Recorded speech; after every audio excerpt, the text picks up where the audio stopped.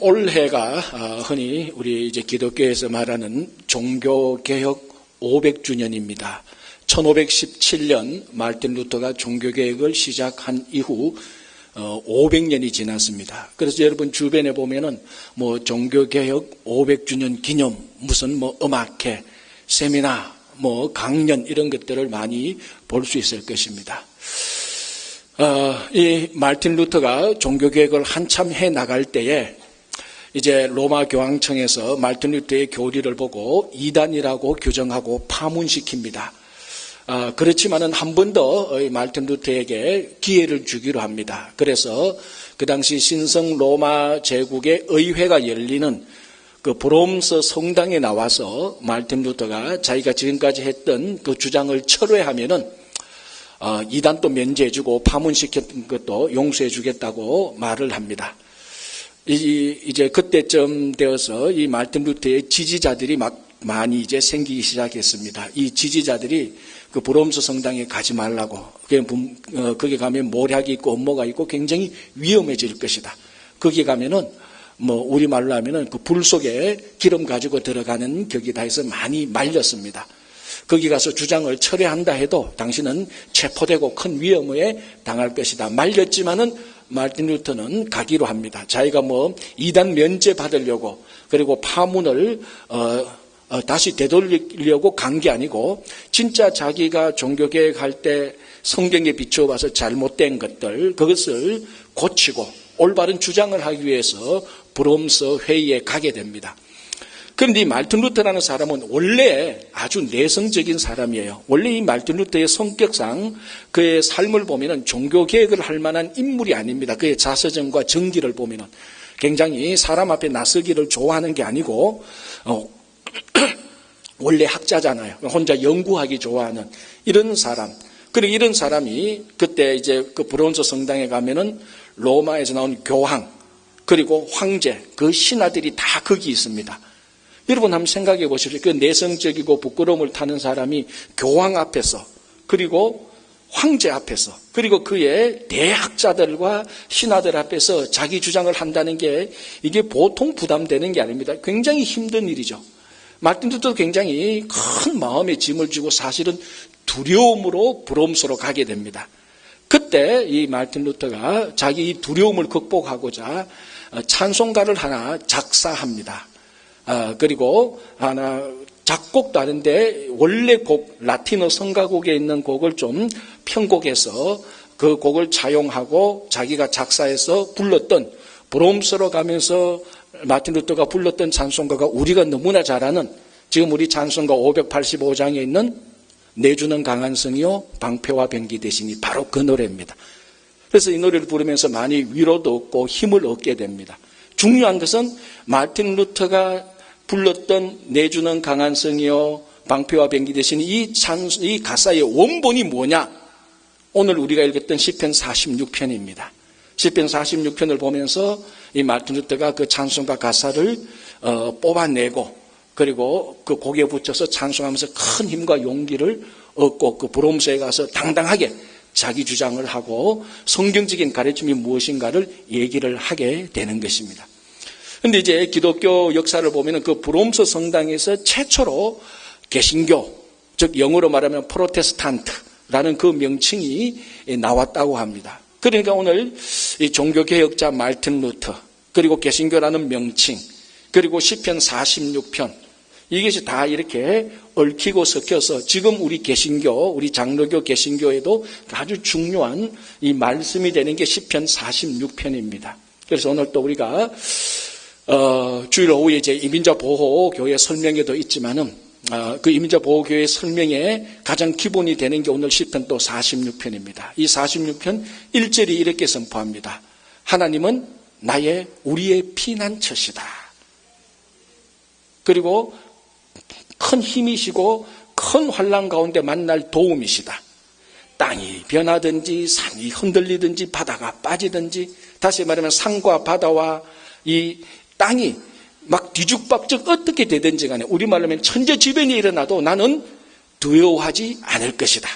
이게 시편 46편 1절에서 3절까지 오늘 시편 기자의 고백인데 내가 두려워하지 않을 것이라고 말하고 셀라라고 말을 합니다. 이 셀라는 강조할 때 하는 추임새지요. 자, 오늘 시편 46편을 통해서 가장 뚜렷하게 한마디 고백하고 노래하는 내용이 하나님은 우리의 피난처시다라는 것입니다. 이 피난처가 되기 때문에 천재지변이 일어나도 전혀 두려워하지 않을 것이다라는 것입니다. 이 시편 46편에 가사가 나오는 우리 성경에 몇 가지 배경이 되는 사건들이 있습니다. 그 중에 하나가 뭔가 하면은 민수기 16장에 나오는 사건입니다. 거기 보면은 이제 고라와 나단과 아비람, 이 사람 레위 지파 사람들입니다. 이 사람들이 모세와 아론을 대적하기 시작합니다. 왜냐하면 모세와 아론 또 레위 지파고 자기들 또 레위 지파인데 광야 생활을 해보니까 모세와 아론은 최고 지도자 자리 차지하고 자기들 리더십을 가지고 있고, 근데 자기들도 리더십은 있지만은 그만큼 모세와 아론만큼 인정받지도 못하고 영광을 받지도 못하고, 그래서 이 고라가 제일 주동자입니다. 고라가 주동해서 나단, 아비람 그리고 250명의 무리를 이끌고 모세와 아론에게 대적합니다. 우리말로 하면은 하나님이 너와 얘기했느냐, 너만 지도자냐, 우리도 지도자다, 막 이렇게 혼란하게 됩니다. 이 모든 것을 누가 정리하느냐? 하나님이 정리합니다. 여러분, 모세는요, 자기가 지도자 되고 싶어서 지도자 된 게 아니에요. 우리 잘 알잖아요. 하나님께서 모세를 부르고 불러서 싫다 하는 모세를 불러서 지도자를 세웠습니다. 그러니까 모세가 그리고 함께 아론이 그 지도자의 위치에 있었던 것은 모세와 아론이 능력이 뛰어나서 자기가 동기가 순수해서 그리고 사람들한테 선출받아서 그 자리에 있었던 게 아니고 하나님이 강권적인 역사로 모세와 아론을 그 리더십에 세워놓았습니다. 그리고 기름 부었습니다. 그런데 이 두 사람을 고라와 그 일당들이 대적한 것은 하나님께서 말씀하십니다. 그건 너희들을 대적하는 것이 아니고 나를 대적하는 것이다. 그래서 모세와 아론보다 더 화가 나신 분은 하나님입니다. 그래서 하나님께서 그 사람들을 심판하는데 제일 먼저 누구를 심판하느냐? 고라를 심판합니다. 어떻게 심판합니까? 고라와 그 가족들, 땅이 갈라집니다. 그리고 그 땅에 다 빠져서 다 죽습니다. 그래서 우리 민수기 16장을 보면 그 상황을 땅이 갈려서 빠지게 된 것은 서울로 내려갔다. 서울이 아닙니다. 한국의 서울이 아니고 서울, 지옥으로 갔다라 합니다. 이게 무슨 자연현상이죠? 지진이 일어난 거죠.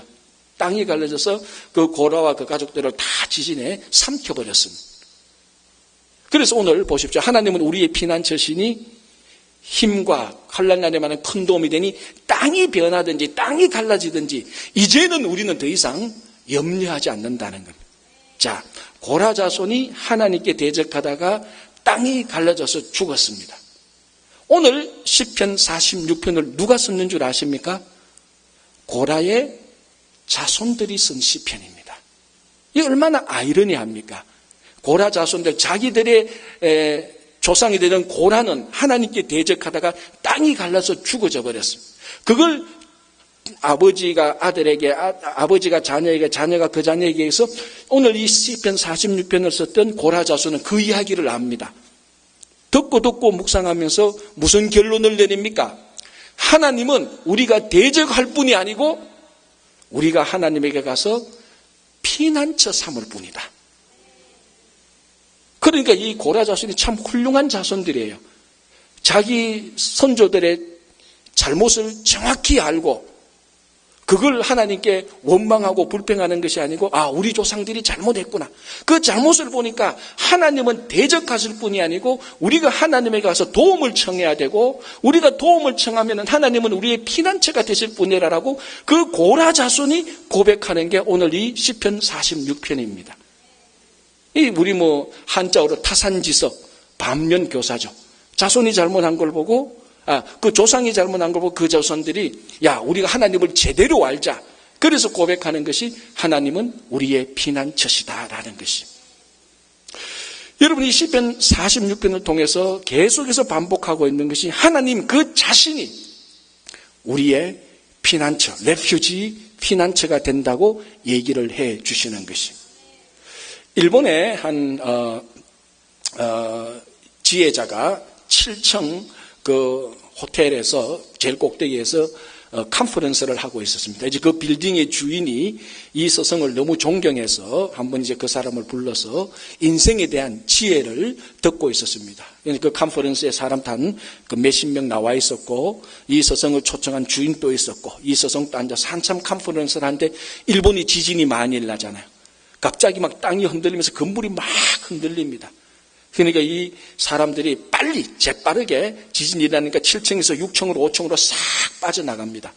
근데 이 주인도 지진이 일어나니까 빠져나가려고 막 중요한 거 챙기고 문 열고 6층으로 내려가려고 보는데 이 자기 스승은 자리에 가만히 앉아서 꼼짝도 안 하는 거예요. 나가려고 하니까 뒤가 캥기는 거예요. 그래도 내가 이 건물의 주인인데, 그래도 이분이 우리 스승인데, 이 스승은 꼼짝도 안 했는데 어떻게 내가 혼자만 내가 도망갈 수 있겠냐. 뭐 스승을 모시고 가든지 아니면 스승하고 같이 있든지. 그래서 하도 캥겨가지고 나가려던 그를 멈추고 다시 스승님 옆에 앉았습니다. 근데 참 다행인 것은 앉자마자 지진이 금방 끝이 나버렸어요. 그래서 이 스승은 아무런 일도 없었다는 듯이 다시 컨퍼런스를 시작합니다. 그러니까 하도 놀랐던 사람들이 스승이 하는 말이 아무도 귀에도 안 들어옵니다. 그래서 강연을 멈추고 이 주인, 그 스승의 제자가 물었습니다. 선생님, 아까 지진이 일어났는데 알고 계십니까? 하니까 알고 있다. 그런데 우리는 다 도망갔는데 왜 선생님은 지진이 일어났는데도 꼼짝도 안 하고 그 자리에 계셨습니까? 우리말로 하면 앞으로 그러면 안 됩니다. 지진이 일어나면 피신하셔야 됩니다. 이게 좋은 의미로 이제 물었습니다. 그러니까 이 스승이 하는 말이, 나도 지진이 일어났을 때 똑같이 피신했다라고 말합니다. 그러니까 그걸 다 본 스승이, 아니 스승님이 무슨 피신했습니까? 이 자리에 계속 앉아 있었는데 라고 말하니까 스승이 이렇게 대답합니다. 당신들은 지진이 일어났을 때 다 밖으로 피신했지만 나는 내 내면의 중심으로, 내 내면 안에 가장 조용한 그쪽으로 피신했다. 그래서 나는 네 내면에는 지진의 파동도 일어나지 않고 거기는 평화와 고요함이 있는 것으로 피신했다. 자네들도 피신했고 나도 피신했고, 자네들은 밖으로 피신했고 세상으로 피신했고 나는 내 내면 안으로 피신했다라고 이렇게 말을 했다고 합니다. 중요한 것은 이 지혜자, 이 스승의 말이 성경적인 것은 아닙니다. 그러나 이 스승이 했던 말 가운데 아주 중요한 교훈이 하나 있습니다. 무슨 말인가 하면은, 지진이 일어날 때에, 다른 말로 하면은 어떤 곤란이나 시련이 닥칠 때에 세상으로 나가봤자 고작 6층으로 도망가는, 6층까지 가느냐 5층까지 가느냐 출입구까지 가느냐 아니면 더 빠른 그 출입구 좀 벗어났냐, 그 차이이지, 그 지진이 진짜로 일어나면 6층에 있는 사람이나 5층에 있는 사람이나 출입구에 도망가는 사람이 무슨 차이가 있겠습니까? 다 죽는 거죠. 그러니까 그 환난과 그 어려움이 닥쳤을 때 세상으로 가는 것이 옳은 방법이 아니다라는 것입니다. 요거는 정말로 중요합니다. 오늘 시편 46편을 썼던 고라자수는 말합니다. 땅이 꺼져도, 산이 덮쳐도, 바다가 확 뒤엎어져서 바닷물이 우리를 덮쳐도 우리는 세상으로 가서 피신하는 것이 아니고, 우리 내면에 들어오는 것도 아니고, 우리는 하나님께 피신해야 된다는 것입니다. 하나님께 피신해야 되는 것입니다. 사람이 자기 양심에 피신해 본들, 내면으로 피신해 본들 도울 수 없는 내면입니다. 그러나 정말 우리가 하나님께 피신하면은 피난처 되시는 하나님께서 우리를 도와주시고, 오늘 고백처럼 큰 힘이 되고 큰 환난 가운데 우리를 도와주실 큰 도움, 힘이 되시는 것입니다.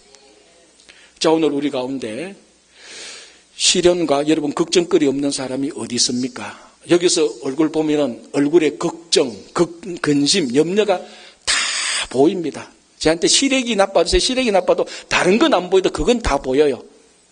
저 오늘 걱정 수두룩합니다. 다 보입니다. 여러분, 이런 염려와 걱정과 근심을 세상에 나가서 아무리 해결해도 지진 일어났는데 5층까지 도망가냐 6층까지 도망가냐 그 차이밖에 안 됩니다. 정말 우리가 우리의 문제거리와 우리 삶의 핍박과 지금 이 곤란과 어려움을 진심으로 피난처 되시는 하나님께 가져갈 때 하나님께서 우리를 보호하시고 도와주시고 큰 도움이 되시는 것입니다. 그래서 오늘은 하나님은 우리의 피난처시다라고 선포하고 있는 것입니다. 피난처 되시는 하나님께서 역사적으로 현실적으로 보면은 피난처 되시는 하나님께서 우리 삶 속에서 피난처를 제공해 주십니다. 자, 오늘 본문에 이 배경이 되는 사건 가운데 하나는 민수기 16장이고 또 하나는 열왕기하 18장 19장에 일어난 큰 중요한 사건입니다. 그 사건이 뭔가 하면요, 남유다의 히스기야가 왕이 되었을 때 아수르 왕 산헤립이 이 유다를 침략해 옵니다. 그때 아수르 왕은 가장 강력한 국가였고 그 산헤립은 아수르 왕 가운데서도 가장 뛰어난 왕이었습니다. 가장 강력한 국가요, 가장 강력한 왕이 남유다를 쳐들어왔습니다. 그리고 그때 왕은 히스기야 왕이었고 히스기야를 돕는 선지자는 이사야 선지자였습니다. 근데 전력으로 볼 때 이거는 비교할 수가 없습니다. 전쟁할 이 상대방이 아닙니다. 그래서 산헤립이 어떻게 생각하는가 하면은, 야, 우리가 이만한 군사를 가지고 왔는데 저 남유다하고 꼭 전쟁해야 되냐? 그냥 말로 잘 달게서 우리한테 항복하도록 하라. 그렇게 자기 신하 랍사게를 보냅니다. 우리말로 하면 전쟁하지 말고 그냥 외교적으로 심리전해서 항복받아서 데리고 오너라. 뭐 워낙 자신이 있으니까. 그래서 랍사게가 산헤립 왕의 이제 그 미션을 가지고 예루살렘에 와서 이제 이스라엘 백성들, 그 있는 이스라엘 백성들에서 이제 히브리 말로 막 이제 외교 심리전을 펼칩니다. 그 외교 심리전에 이런 말 하고 저런 말 하는데 핵심은 딱 하나입니다. 너희들의 왕 히스기야가 섬기는 여호와를 의지하지 말라. 너희들의 왕 여호와가 너희들을 도와줄 것이라고 너희들의 왕 히스기야가 말하는데 그 말에 속지 말라. 한번 역사를 보라. 여호와 하나님을 섬겼던 왕이 다 망했다. 이제 바로 그때에 북이스라엘이 아수르 왕한테 막 공격당하고 핍박당하고 망할 때 그때쯤입니다. 자, 주변을 보라. 여호와 하나님이 뭘 너희들 도와주냐. 왕이 너희들을 여호와 하나님이 도와준다고 말하는데 그 말에 속지 말라. 그래서 지금 우리한테로 나오라. 그러면 우리가 너희들을 잘 보호해주고 너희들을 잘 도와주고 항복하면은 목숨은 다 살려준다. 이런 말입니다. 자, 그러니까 백성들이 막 흔들리기 시작합니다. 왜? 가장 강대한 아수르 왕이 엄청난 군사를 데리고 와서 전쟁은 안 하고 살려줄 테니까 항복하라니까, 아유, 그럼 우리 항복하면 살 수는 있겠구나. 난 그런 생각이 막 흔들립니다. 이때 히스기야 왕이 이사야 선지자를 만나 3대 금식하면서 이사야 선지자가 했던 말을 히스기야 왕이 선포합니다. 뭐 내용은 간단합니다. 아니다. 여호와 하나님이 우리를 살려주신다. 그리고 중요한 말을 합니다. 여호와 하나님이 이 예루살렘 성을 보호하신다라고 말을 합니다. 이제 두 심리전이 말합니다. 아수르 왕은 여호와가 너희들을 살려주지 않는다. 그러나 히스기야 왕은 아니다. 여호와 하나님은 우리를 살려주신다. 이 예루살렘 성을 하나님께서 보호하신다. 그날 밤에 아수르 군사 18만 5천 명이 다 송장 시체가 됩니다. 여호와께서 사자를 보내서 18만 5천 명이 다 죽게 되고 그 군사들이 다 죽게 되는 것을 보고 아수르 왕 산헤립이 니므롯으로 도망가서 니므롯 신전에 들어갔는데 자기 군사 2명이 산헤립 왕을 죽여버립니다. 그래서 그 전쟁이 끝이 납니다. 이게 우리 열왕기에 나타난 가장 대표적인 기적적인 전쟁의 승리를 알려주는데 이 장면을 보십시오. 여기에서 히스기야 왕이 뭐라고 말합니까? 아니다. 하나님은 예루살렘 성을 보호하신다. 무슨 말입니까? 하나님께서는 우리들에게 이 예루살렘 성을 피난처로 제공해 주신다는 겁니다. 지금 이스라엘 백성들이 이 예루살렘에 있는 이 성은 하나님께서 보호하시고 이 성을 하나님께서 피난처로 주셨으니 하나님께서 보호하신다. 걱정하지 말라. 그런데 그날 밤에 정말 예루살렘 성을 하나님께서 피난처로 보호하셔서 18만 5천 명이 예루살렘 성을 공격하는 그 사람들이 다 죽어버렸습니다. 성경에도 그렇고 역사적으로 하나님은 피난처 되시는 하나님께서 우리들에게 항상 피난처를 제공해 주셨습니다. 구약 성경에 가장 대표적으로 뭡니까? 도피성. 우리 잘 알잖아요. 도피성이 몇 개입니까? 6개. 요단강 동쪽에 3개, 요단강 서쪽에 3개. 그래서 이 도피성은 무엇을 위한 목적입니까? 고의가 아닌 실수로 사람을 죽인 자가 죽지 않게 하기 위하여서, 그 사람을 보호하기 위하여서 6개의 도피성을 만들어 놨습니다. 왜냐하면 그 당시는 귀에는 귀, 눈에는 눈. 그래서 사람을 죽이면은 자기 목숨으로 그걸 지불해야 됩니다. 물건을 훔치면 훔친 물건만큼 대가를 지불해야 되죠. 그래서 고의가 아닌 실수로 사람을 죽였다 할지라도 이 사람은 자기 목숨을 내놔야 됩니다. 그러니까 억울하잖아요. 이 사람을 보호하기 위해서 도피성을 만들어 놓습니다. 그래서 어떤 한 사람이 실수로 사람을 죽이면은 자기가 죽인 데서 가장 가까운 도피성으로 갑니다. 그러면 그 도피성에 장로가 나와서 그 사람을 인터뷰합니다. 인터뷰해보고 이 사람이 진짜로 실수로 사람을 죽였는지 고의로 사람을 죽였는지 확인해보고 실수로 사람을 죽였으면은 그 도피성 문을 열고 이 사람을 받아들입니다. 그리고 이 사람을 그 도피성에서 완전히 피난처가 되어서 보호해 주었다가 그 성의 대제사장이 죽으면 이 사람을 밖으로 릴리스해 줍니다. 그러면 이 사람은 밖에 나가면 아무도 이 사람에게 손해를 끼쳐서는 안 됩니다. 이 완전 도피성, 하나님께서 완벽하게 만들어 놓은 피난처입니다. 그래서 이게 동쪽에, 요단강 동쪽의 세계, 서쪽의 세계인데 이 지형을 보면은 얼마나 절묘하게 위치를 잘 로케이션을 배치해 놨는가 하면요, 그 가나안 땅 어디서든지 하루 만에 도피성으로 갈 수 있도록 위치를 6군데 다 해놨습니다. 그래서 안전하게 이 사람을 보호하도록 만들어 놓은 게 도피성 피난처입니다. 이미 구약 성경에 하나님이 피난처라는 것을 도피성을 통해서 명백하게 보여주고 있습니다.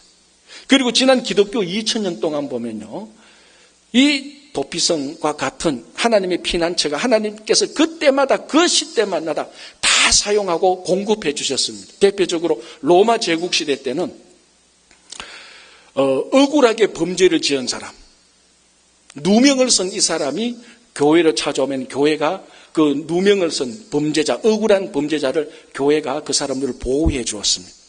시간을 건너뛰어서 나치 히틀러 시대 때는 많은 독일의 교회들, 그 유럽의 교회들이 억울한 유대인을 많이 보호해 주고 그 사람들을 이 교회가 그 도피처가, 이 교회가 피난처가 돼서 그 사람들을 살려주었습니다. 미국의 노예 시대 때 많은 흑인들이 교회에 들어와서 자기들이 쫓기고 도망당하고 추격당할 때 많은 흑인 노예들이 교회에 와서 자기들이 살았습니다. 최근에 와서 1980년대부터는 중남미의 난민들이 미국에 왔을 때 이 사람들을 이 교회들이 많이 돌보아 주었습니다. 가장 최근에 2003년부터 이 미국에 있는 교회들이 어떤 지금 그 무브먼트가 일어나는가 하면 이제 최근에 서류 미비자들, 이런 사람들이 억울하게 추방당하지 않도록 교회가 피난처 교회가 되어서 그 사람들이 물론 불법자, 범법자 그건 아니고, 그러나 서류가 없다는 이유로 가족들 간에 헤어지도록 추방당하는 그 사람들이 교회에 오면은 교회가 그 사람들을 도와주고 살려주는 그런 운동을 했고, 여러분 우리 잘 알잖아요. 다카. 그러니까 우리 대학생들, 이런 청소년들 추방유예 결정 명령을 하도록 가장 강력하게 역할을 했던 것이 바로 교회였습니다. 무슨 말인가 하면 지난 2000년 동안에 이 도피처 피난처 역할을 했던 것을 한 몇 분 만에 제가 짧게 말했지만은 하나님께서는 이 시대 때마다 피난처를 제공하셨는데 그 피난처의 제일 중요한 역할을 한 기관이 교회였다는 것입니다. 하나님께서 억울한 사람, 연약한 사람, 보호가 필요한 사람, 힘이 필요한 사람들을 피난처 되시는 하나님께서 직접 그 시대마다 그 장소마다 교회를 피난처로 만드셔서 그 피난처로 오시는, 피난처 안에 오는 사람들을 보호하게 하신 것입니다. 제가 한 달 전부터 이미 계속해서 강구하고 오늘 또 강구를 하겠지만, 이제 우리 뉴욕 동양제일교회가 이제 뉴욕 지역에서, 뉴욕 뉴저지 쪽 지역에 사는 이민자 보호교회로 오늘 이제 오후에 설명회를 하고 선포합니다. 이 이민자 보호교회 운동은 굉장히 범위가 넓습니다. 한마디로 말하면 글자 그대로 우리가 이민교회인데, 이민교회가 이민자를 보호하고 그 사람들을 위해서 기도해주고 그 사람들을 사랑하고 그 사람들에게 관심 가지지 않은 것입니다. 그러니까 이민교회가 교회로서 정체성을 새롭게 세우는 겁니다. 혹자는 이게 지금 정부에 반대하는 정치적인 게 아니냐, 어떤 정당을 찬성하느냐, 그렇게 말하는데 그거는 전혀 아닙니다. 제가 방금 말씀하시는 것처럼 피난처 되시는 하나님께서 그 시대에 피난처 되시는 교회를 세워주신 것처럼 이 시대에 우리는 정부, 여당, 야당, 무슨 당에 상관없이 하나님께서 이민자를 보호하시고 나그네를 보호하신 것처럼 교회가 그 사람들을 보호하고 손잡아주고 사랑해주고 정말로 억울하게 가족과 헤어져서 추방당하게 된 사람이 교회에 와서 도움을 요청하면은 우리가 그 사람들과 인터뷰를 해서 그 사람들에게 정당하면은 우리가 그 사람들에게 도움을 주는 것입니다. 여러분, 서류 미비자가 누굽니까? 우리의 형제 자매고 우리 교회 공동체의 사랑하는 성도들입니다. 이걸 교회가 모른 채 하면은 더 이상 교회는 이민교회로서 더 이상 교회는 이 세상으로부터 빛과 소금이 되기는 어렵습니다. 그리스도의 향기와 그리스도의 편지가 되는 것은 어렵습니다. 그래서 오늘 이제 우리가 힘이 있고 없고가 중요한 것이 아니고 어디에 있느냐 없느냐가 중요한 것이 아니고 정치적인 행동이 아니라 사회적 선교의 관점에서 하나님의 마음을 알고 하나님의 마음대로 사용되어지는 교회가 되기 위해서 이민자 보호교회 또는 피난처 교회가 되어서 우리 이민자를 더 사랑하고 더 기도해 주는 교회가 될 것입니다. 많이 기도해 주시고 많이 참여해 주시기 바랍니다. 자, 오늘 이 피난처라는 말이 3번 나오는데 1절에서는 하나님은 우리의 피난처다라고 말합니다. 7절에 보면은 야곱의 하나님은 우리의 피난처시로다 셀라. 11절에 똑같이 나옵니다. 야곱의 하나님은 우리의 피난처시로다 셀라. 이 셀라는 강조할 때 말하는 거거든요. 추임새입니다. 가사를 하다가 이 말은 진짜 그래. 이 말을 다 들어야 돼. 라고 말할 때 셀라라고 말하면 바로 그 앞에 말은 강조하는 말입니다. 오늘 이 본문에서 셀라가 3번 나옵니다. 첫 번째는 어디 나옵니까? 하나님은 우리의 피난처시니까 산과 바다와 그리고 땅이 꺼지고 뒤엎어져도 우리는 두려워하지 않을 것이다. 셀라라는 거예요. 그리고 7절에 야곱의 하나님이 우리의 피난처다. 셀라. 또 야곱의 하나님이 우리의 피난처다. 셀라. 한 가지 질문. 무슨 질문이겠습니까? 왜 야곱의 하나님입니까? 아브라함의 하나님은 왜 아닙니까? 왜 모세의 하나님은 아니고 다윗의 하나님은 왜 아닙니까? 여러분은 구약 성경에서 가장 중요한 세 인물 아브라함, 모세, 다윗 아닙니까? 물론 야곱이 안 중요하다는 건 아니지만 이삭이 안 중요하다는 건 아니지만 그런데 하필 오늘 고라 자손은 왜 레위의 하나님이라고 말 안 하고 야곱의 하나님이라고 말합니까? 왜 야곱의 하나님을 우리의 피난처라고 말합니까? 왜 모세의 하나님은 우리의 피난처라고 말하지 않습니까? 자, 그럼 또 질문. 야곱이 누굽니까? 자, 이거 얘기하려면 이제 몇 시간 걸려도 모자라죠. 근데 야곱이, 우리 창세기를 보면 야곱이 한번 자기가 누구인가를 말하는 장면이 나옵니다. 언젠가 어디선가 하면은 바로왕 앞에 가서 자기 아들 요셉이 애굽의 총리가 되어서 애굽의 총리된 요셉이 자기를 초청해서 애굽으로 가서 바로왕 앞에 서게 됩니다. 그때 바로왕이 요셉의 아버지 야곱을 보고 이렇게 질문합니다. 그 질문이 무엇인 줄 압니까? 당신의 나이가 몇 살이요? How old are you? 자, 그러면 어떻게 대답해야 됩니까? 네, 67세다, 67세, 그때 야곱의 나이가 130살이거든요. 그럼 130이라고 말하면 돼요. 근데 야곱이 뭐라고 말합니까? 내 나그네 길의 세월이 130년입니다. 라고 말을 하는 거예요. 무슨 말입니까? 곰곰이 한번 생각해 보십시오. 당신이 나에게 나이를 물었는데 130년이든 13년이든 100년이든 20년이든 그것보다 130년을 살았는데 그 인생이 나그네 길이었다는 겁니다. 그게 더 중요한 겁니다. 야곱이 지금 말하고 싶은 것은 내 나이 130살이요. 당신 나이 얼마요? 내가 더 연장자요. 그게 전혀 관심 없어요. 10년을 살든 100년을 살았든 나는 130년을 나그네로 살았습니다. 그리고 뭐라고 말합니까? 우리 연조에 비하면은, 우리 조상에 비하면은 이 나그네 길의 인생은 별거 아닙니다. 그러나 나도 좀 험악한 인생을 살았습니다. 이 말입니다. 그 한 문장에 야곱은 자기 정체성을 나그네라고 말을 합니다. 오늘 우리말로 하면 뭡니까? 당신 나이 얼마요? 하면은 내가 미국 가서 이민생활 20년째 살고 있어. 이 말이에요. 20년이 중요한 게 아니고 내가 여기서 이민생활 20년 했다. 그 나그네, 오늘 야곱은 바로 앞에서 우리식으로 하자면은 미국의 대통령이 우리한테 묻습니다. 나이가 얼마야? How old are you? 그러니까 내가 미국 이민생활 130년이요. 이 말입니다.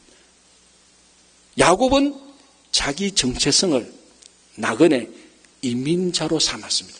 그래서 오늘 고라 자손이 야곱의 하나님이라고 말을 합니다. 왜? 나그네 이민자들에게 진짜 필요한 것은 피난처입니다. 어느 한 사회에 가장 도움을 필요하고 가장 힘이 필요한 사람은 그 시대에 집도 절도 없이 떠돌아다니는 정착하지 못한 나그네 이민자들이기 때문에 그렇습니다. 그래서 야곱의 하나님, 다시 말하면 이민자의 하나님, 야곱의 하나님이 우리의 피난처다 이 말은 이민자의 하나님은 우리의 피난처다 이 말입니다. 자, 야곱이 언제부터 나그네 생활을 시작합니까? 서울 가서 공부하면서 합숙하면서 나그네 시작합니까? 아니에요. 자기 형 에서의 장자권을 가로채서 그게 문제가 되어서 형 에서가 죽이려고 할 때 어머니 리버가가 나와서 너 하란으로 가라. 그래야 산다라고 그때 하란으로 가는 첫걸음이 야곱의 나그네길 인생 130년의 시작입니다. 자, 그때부터 정치 없이 한 번도 가보지 못했던 하란으로 갑니다. 비행기 티켓 끊고 그래 가는 게 아니에요. 정치 없이 혼자 짐 하나 지고 하란으로 갑니다. 외롭고 슬프고 무섭고 두렵고 아무도 돌보지 않습니다. 낮에는 땡볕이요 밤에는 살같이 어려운 추위입니다. 짐승도 덮칩니다. 산적들도 막 덤빕니다. 그때까지 집에만 있었던 야곱 드디어 나그네 길로 가는데 너무너무 겁이 납니다. 가는 길에 루스라는 곳에서 하룻밤 머무는데 그날 밤에 하나님께서 나타나셔서 야곱의 하나님이 되어주십니다. 그때 야곱이 일어나서 그것이 너무 좋아서 하나님께서 한 번 더 나를 도와주시고 인도해 주시면은 내가 반드시 이곳에 다시 돌아오겠습니다. 그리고 하나님께 소득의 10분의 1을 드리겠습니다. 그래서 이제 이곳은 더 이상 루스가 아니고 벳엘, 하나님의 집입니다. 그래서 나그네 길 인생, 이민자의 삶에서 그 외롭고 슬프고 울먹일 때에 하나님께서 나타나셔서 그 베델에서 나타나셔서 야곱의 하나님이 되어주셨습니다. 그리고 하란에 가서 하나님께서 야곱에게 복을 내려주셔서 많은 가족들을 데리고 많은 재산을 가지고 와서 형 에서와 화해하고 세겜으로 갑니다. 자, 세겜에서 무슨 일이 생긴지 알잖아요. 한두 달 전에도 우리가 자세히 살펴봤지만은 디나가 성폭행을 당하게 되고 그걸 빌미로 시몬과 레위가 히위 족속에 할례를 하면은 우리가 우리 딸 디나를 죽인다고 약속해놓고 할례한 그 히위 족속을 다 남자를 다 죽이게 됩니다. 이것이 발단이 되어서 그 주변에 있는 모든 족속이 대동단계라 해서 야곱의 가족을 전멸시키기로 작정을 합니다. 야곱 인생 최고의 절대절명의 위기를 당하게 됩니다. 세겜에서. 야곱도 어찌할 줄 모릅니다. 이런 위기는 처음입니다. 자기 사촌 라반이 속이고 속였지만은 자기 가족이 진멸당할 위기는 처음이었습니다. 어찌할 줄 모르는데 다시 하나님이 나타나셔서 네가 사는 방법이 있다. 무엇입니까? 베델로 가라는 것입니다. 베델로 가라. 그래서 가족들 다 불러서 이방신상 옷 이런 거 다 버리고 베델로 갑니다. 그래서 살게 되는 겁니다. 세겜에서 절대절명의 위기를 하나님께서 다시 살려준 것은 베델입니다. 벳엘로 가라. 베델이 무슨 뜻입니까? 하나님의 집. 그 하나님의 집은 바로 교회입니다. 이 교회가 하나님의 집 아닙니까? 하나님께서 세겜에서 절대절명의 위기, 진짜 지금 피난처가 필요하고 도움이 필요한 이 야곱에게 하나님께서 베델로 올라가려는 것입니다. 세겜과 같은 이 세상에서 절대절명의 위기를 받은 우리들에게 하나님께서 베델로 가라, 교회로 가라, 하나님의 집으로 가라. 그래서 베델로 오는, 교회로 오는 사람들은 교회가 하나님의 집인 이상은 그 사람들을 도와주고 손잡아주고 같이 눈물을 흘려주고 찾아오는 사람들과 같이 식사를 하고 사랑을 해주는 것이 이 시대의 세겜에서 절대절명의 위기를 당한 야곱을 살려주는 베델 교회가 되는 것입니다. 지금 우리 이민사회에 꼭 신분 문제뿐만이 아니라 수없이 많은 문제들로 인하여서 많은 위기 속에 있는 사람들이 있습니다. 그 사람들에게 하나님께서 다 나타나셔서 하시는 말씀은 똑같습니다. 뭡니까? 여기 있지 말고 베델로 가라. 여기 있지 말고 교회로 가라. 하나님의 집이다. 그곳이 내가 이 시대에 마련한 피난처라는 것입니다. 그래서 이민교회는 베델, 하나님의 집, 피난처가 되어야 됩니다. 이민자를 보호하는, 어려움에 처한 사람들을 보호할 줄 아는 하나님의 집, 교회가 되어야 되는 것입니다. 그래서 여러분, 이것을 이제 공식적으로 선포하는 겁니다. 우리는 이민자 보호교회다. 우리는 이민교회다. 우리는 이민자를 보호한다. 그네들과 함께 울겠다. 그네들과 함께 손을 잡아주겠다. 만약에 그네들이 행정상 어려움이 있으면은 우리가 최선을 다해서 기도하고 우리를 도와주는 변호사나 다른 사람들을 도와서 함께 연합해서 우리가 함께 당신들을 보호하겠다라는 이 시대에 이민자 보호교회가 되고 피난처가 됩니다. 이것은 정치적인 것이 아니고 하나님께서 이 이민사회에 교회를 살리는, 이민자들을 살리는 하나님의 역사적인 방법입니다. 이것이 바로 우리가 해외 선교도 중요하지만 우리가 흔히 말하는 사회 선교적인 관점에서 우리 교회가 함께 감당해 나가는 귀한 교회, 이 시대에 정말 세겜에 있는 사람들이 찾아오도록 하는 베델, 하나님의 집이 되는 우리 모두가 되기를 바랍니다.